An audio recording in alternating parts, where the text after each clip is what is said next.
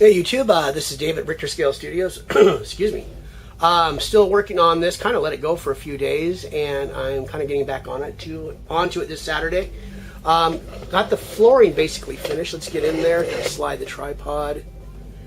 And you can see all the tile work I did. There's a subfloor of plastic card like I displayed in the last video, and then there's all this cut plastic card material. Probably about a little over 1 millimeter. So it looks like this like a brick floor that's been smashed, and there's fissures in the foundation.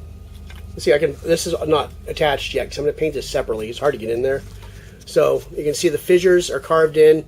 I have a foot pedal operated Dremel, got in there and carved up a little bit, and just laid all this in, and getting pretty far along with it.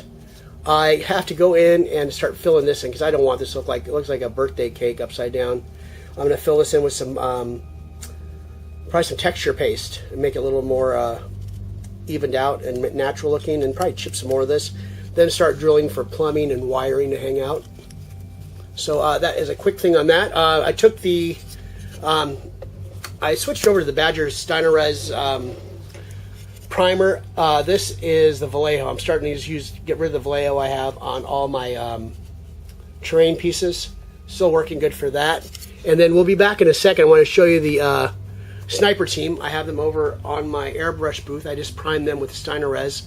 Did a zenithal highlighting on them, and then have them mount it ready for painting. So we're kind of slowly but surely moving ahead.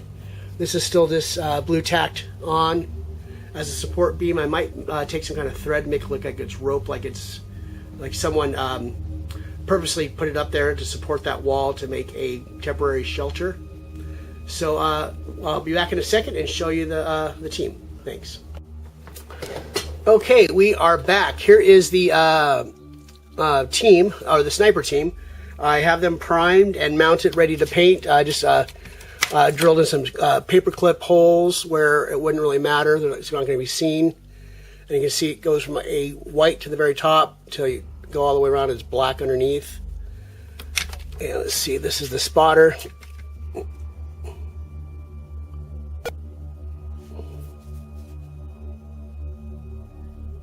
These are really cool minis. And these by Anvil Industries, I believe. Yeah, don't quote me. I'll put it up if I'm wrong. It's Anvil Industries.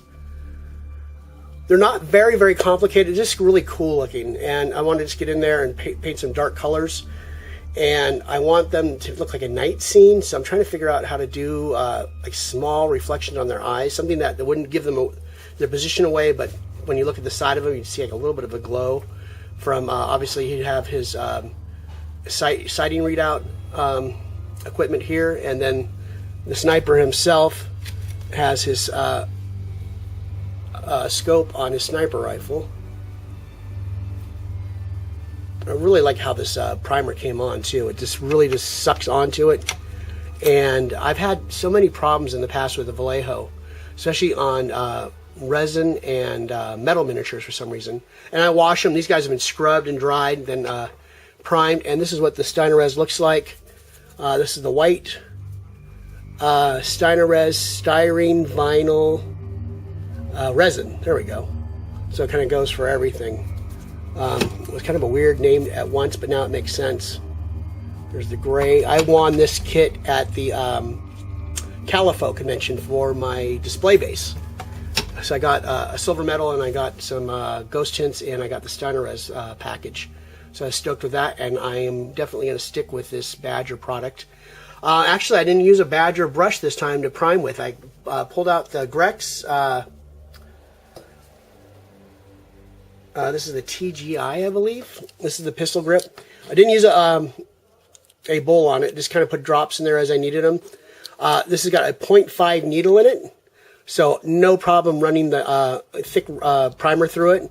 I ran it, I think, about 25 pounds of pressure on the compressor, and not a problem. Easy to clean. The secret of this one was just running a tattoo bottle. I think everyone knows how to get these. This is an 8 ouncer. I got some 16s. Maybe for washing, I'd probably use a bigger one. I have them laying around somewhere. But just fill this up with distilled water, and just run it through into the trash can or into your airbrush cleaning pot. I have one right there below my booth, and there's my Pache airbrush lube. My favorite kind out of all of them that I've tried so far. It's very not very viscous, so it's easy to put on, and doesn't feel like it's going to gum up anything. So that's just going to be a quick update on this. We'll get back to working on that base on that bottom, putting in some texture paste and drilling some holes and adding some more detail, some pipes and some wires and things. And I'm even thinking about doing some plants on one side of the building, on their left side. I will show that when I come to it. So as usual, thank you for joining me, and we'll see you in the next video.